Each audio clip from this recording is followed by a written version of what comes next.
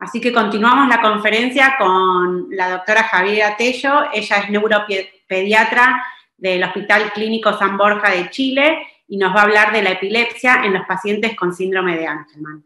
Así que muchas gracias, doctora, y le doy la palabra. Hola, buenos días a todos. Yo soy la doctora Javiera Tello, neuróloga infantil del Hospital San Borja Riarán de Santiago de Chile. Primero que nada, quiero agradecer de tener la oportunidad de hacer esta presentación en este importante simposio. Así que vamos a partir con conceptos sobre la epilepsia en síndrome de Angelman. Bueno, para partir, es importante volver a destacar que el síndrome de Angelman es una condición genética con un fenotipo conductual característico y hallazgos clínicos que van a ir apareciendo a lo largo de la evolución de estos pacientes, que va a estar asociado a la ausencia de la expresión del gen VE3A materno, que se ubica en la región Q11-13 del cromosoma 15. Esta es una enfermedad poco frecuente, con una prevalencia de 1 en 12.000 a 20.000 pacientes. Volviendo a retomar lo que es la impronta genómica, este es un proceso por el cual regiones cromosómicas específicas de un gen o de un cromosoma van a inhibir su expresión de forma diferencial según si son provenientes del padre o de la madre. Y esto va a ocurrir por unión de grupos metilo en ciertas regiones promotoras de genes que va a producir una inactivación genética. Es importante destacar que hay 4 mecanismos por los cuales se puede, se puede tener en el fondo esta condición,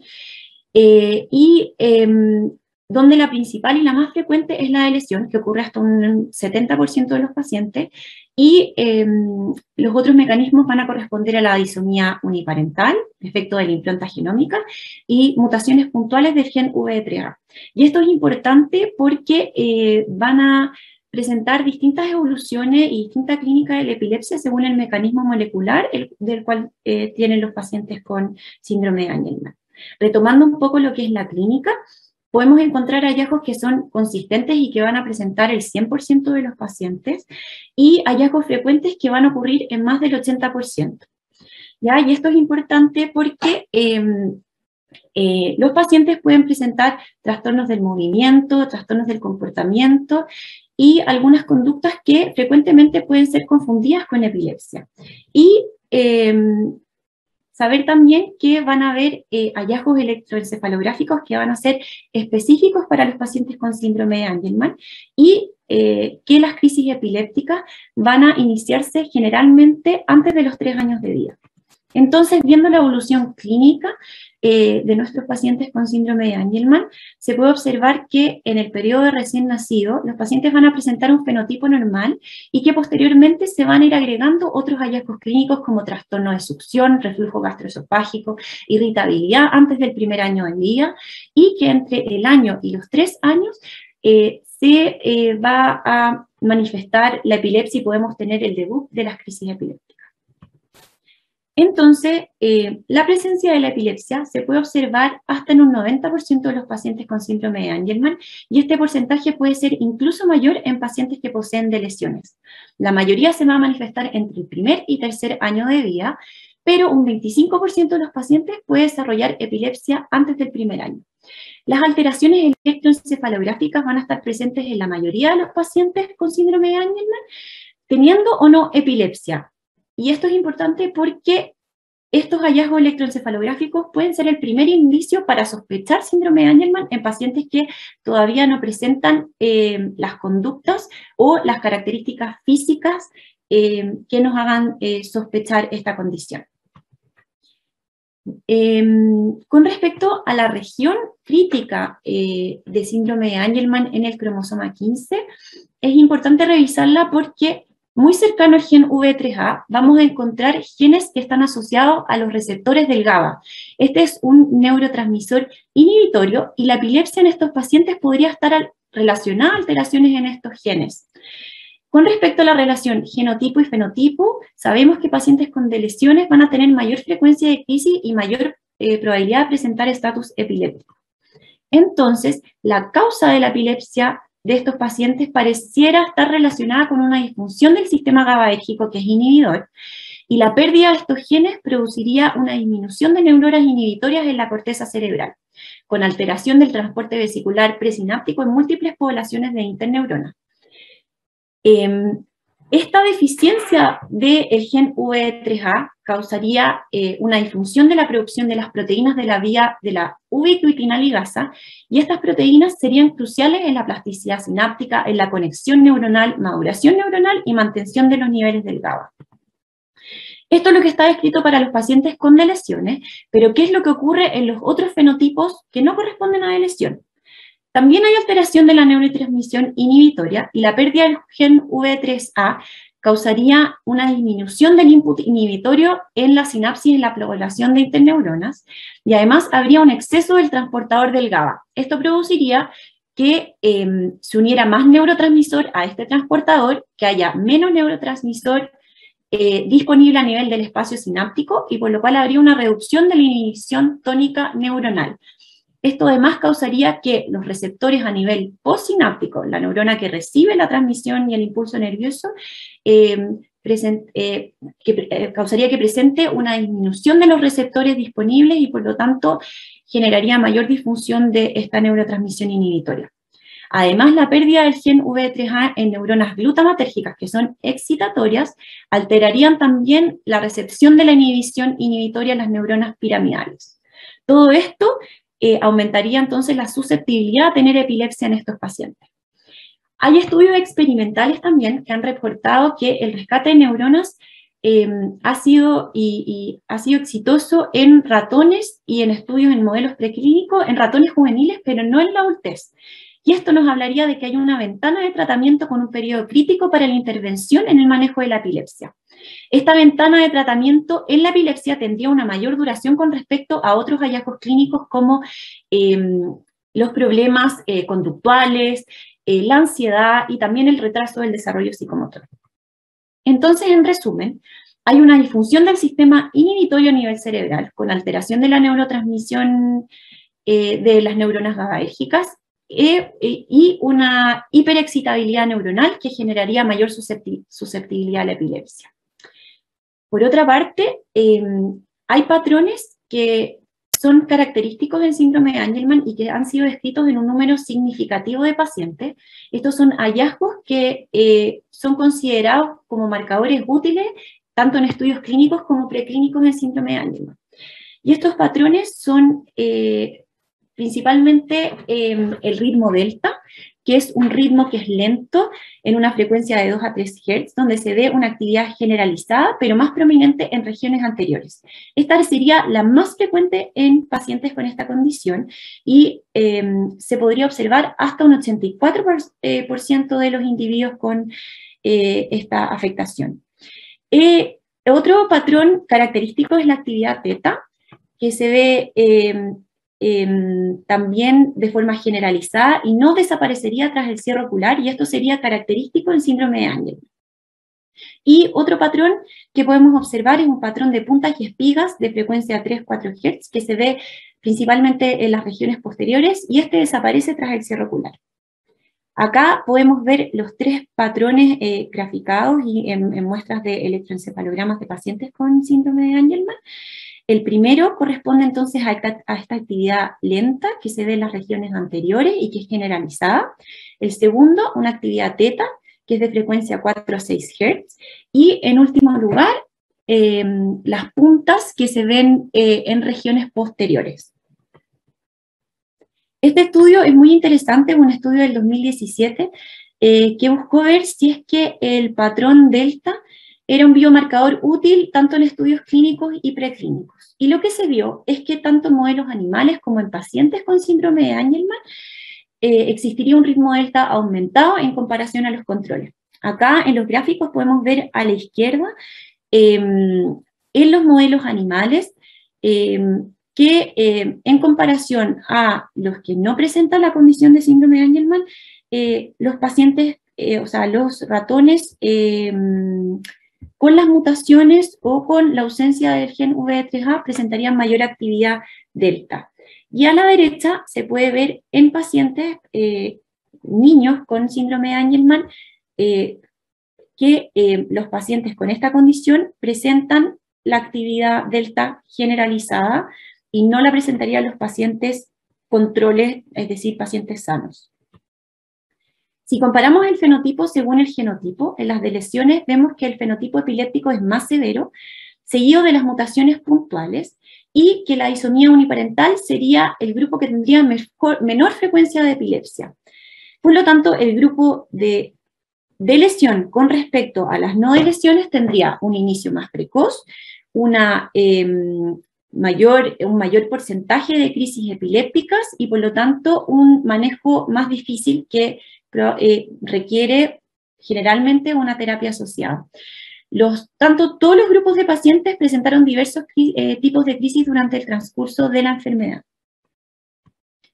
Con respecto a la semiología de las crisis epilépticas, podemos ver, como dijimos, que los pacientes pueden presentar distintos tipos de crisis durante el transcurso de la vida. Las crisis más frecuentes serían las ausencias atípicas, crisis tónico-clónicas generalizadas, crisis atónicas y crisis mioclónicas. Las ausencias atípicas serían transversales en los 4 mecanismos moleculares y las crisis mioclónicas serían más frecuentes en la infancia, presentando un 25% de los pacientes este tipo de crisis entre los 4 meses y los 5 años.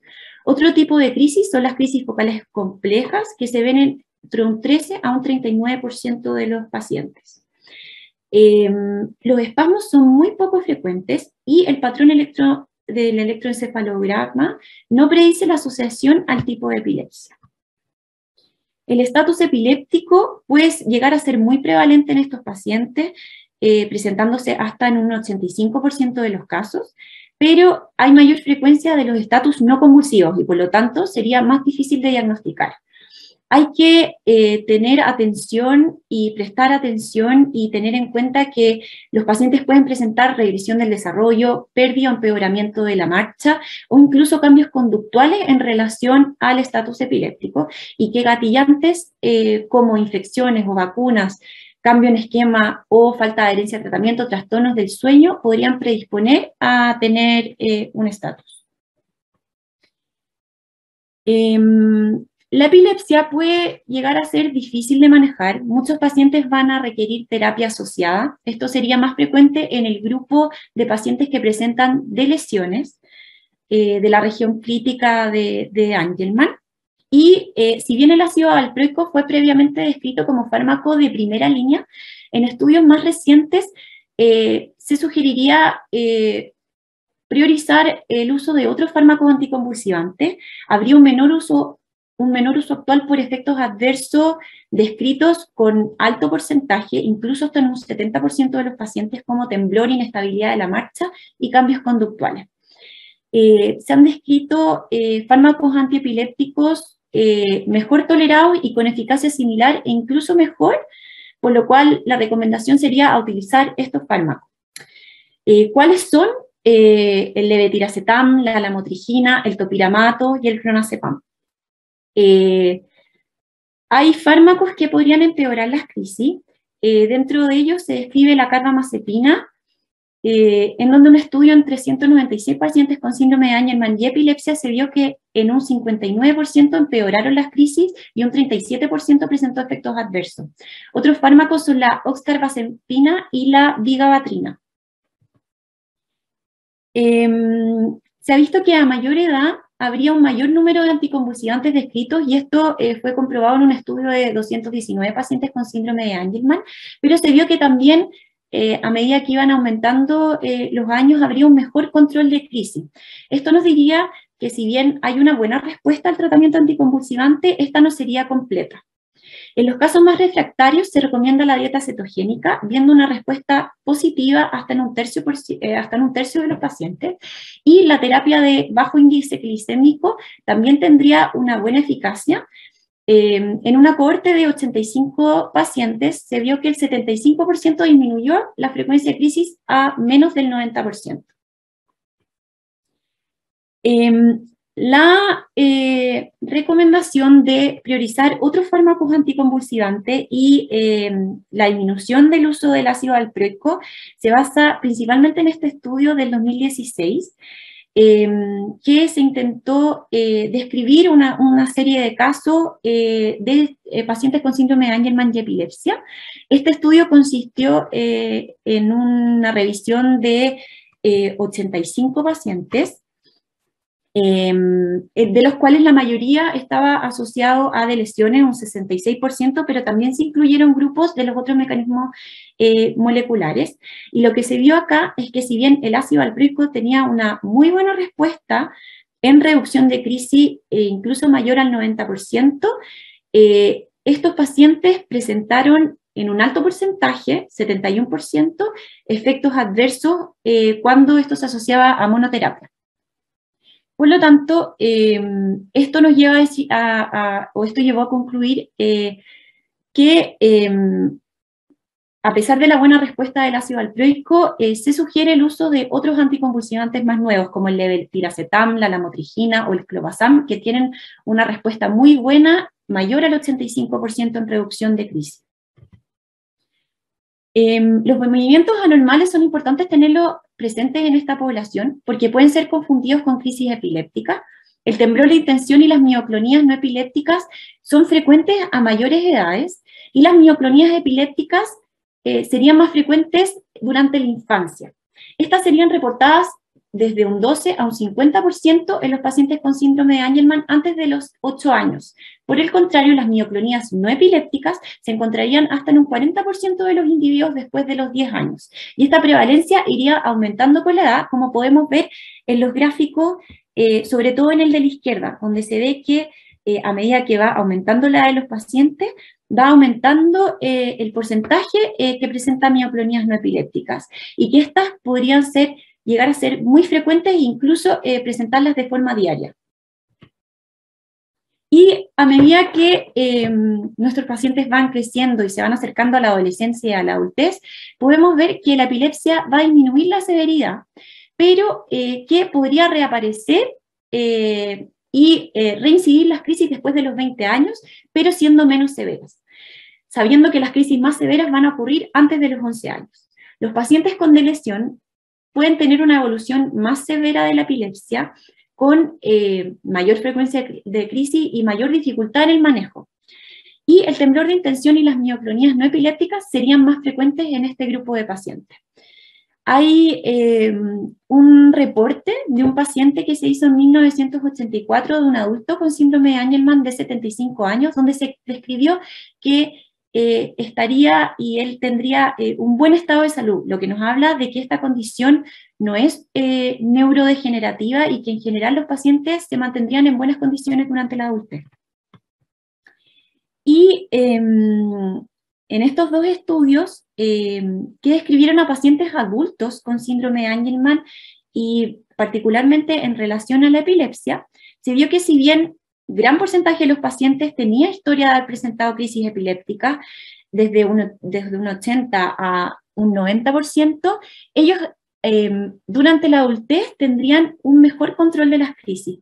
Acá en el primer estudio de Den Belsen et al. Del 2021 podemos ver que más del 50% de los pacientes se encontraba o con control parcial o libre de crisis epilépticas durante la adultez.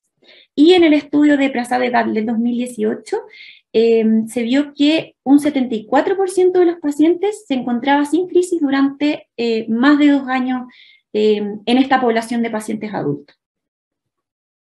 Nuestra experiencia en el Hospital San Borja con respecto a la epilepsia y pacientes con síndrome de Angelman nos demostró que es similar a lo escrito en la literatura.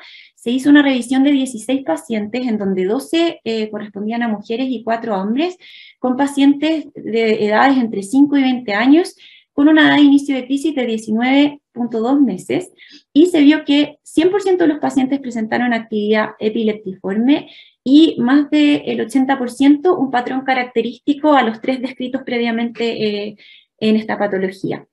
Y los tipos de crisis epilépticas que se vieron en pacientes con Angelman fueron crisis tónico-clónicas generalizadas, mioclónicas, atónicas focales complejas, pero también se describieron crisis clónicas y tónicas.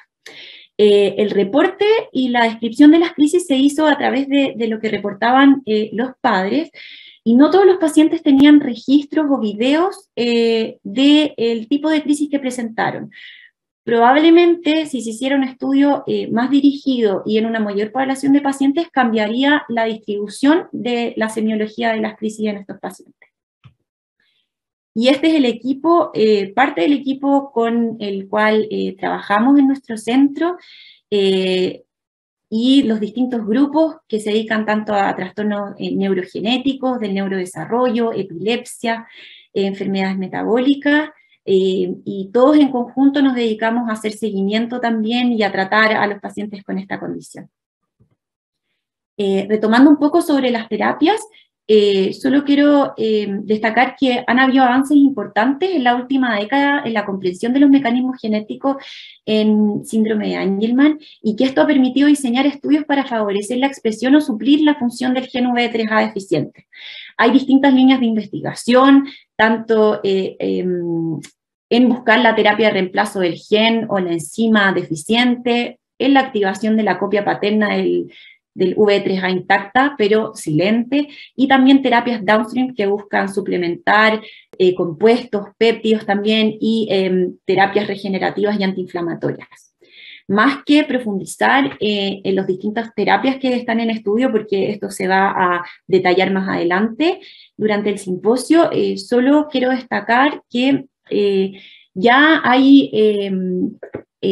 compuestos y fármacos que se encuentran en fases clínicas, tanto en los que buscan desilenciar la copia paterna del V3A, como también en las terapias downstream.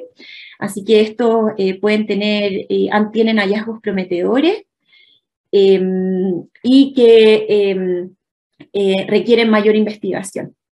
Y retomando lo que es la epilepsia en el síndrome de Angelman, solo quiero destacar que el diagnóstico, en el diagnóstico es importante, primero, la sospecha clínica, caracterizar bien las crisis, los patrones electroencefalográficos en estos pacientes, siempre confirmando la condición y el síndrome de Angelman con estudio genético.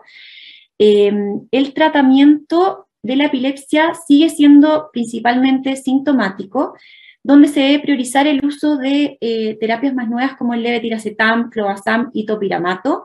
Si bien en los casos refractarios se puede utilizar otros fármacos anticonvulsivantes y también el ácido valproico, se recomienda priorizar estos primeros tres para el manejo de la epilepsia por el alto reporte que existen de efectos adversos asociados al valproico. Entonces, como conclusión, los pacientes con síndrome de Angelman tienen un elevado riesgo de epilepsia. La predisposición a la actividad neuronal hipersincrónica pareciera ser la causante de la epilepsia en estos pacientes. La determinación del mecanismo molecular permite predecir la severidad del outcome clínico, y en individuos con lesiones, que corresponde a más del 70% de la población con pacientes con síndrome de Angelman, presentarían crisis epilépticas de inicio más precoz, generalmente más frecuentes y con un manejo más difícil. La terapia actual de la epilepsia en síndrome de Angelman es primariamente sintomática. Los anticonvulsivantes como levetiracetam, lamotrigina, clobazam debiesen ser priorizados frente al ácido valproico porque tendrían menos efectos secundarios.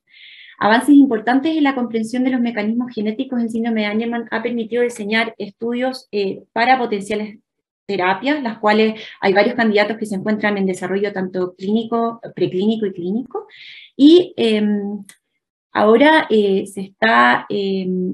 los esfuerzos están dirigidos por establecer un registro global de pacientes para que estos puedan ser reclutados para futuros ensayos clínicos y terapias genéticas. Eso, muchas gracias.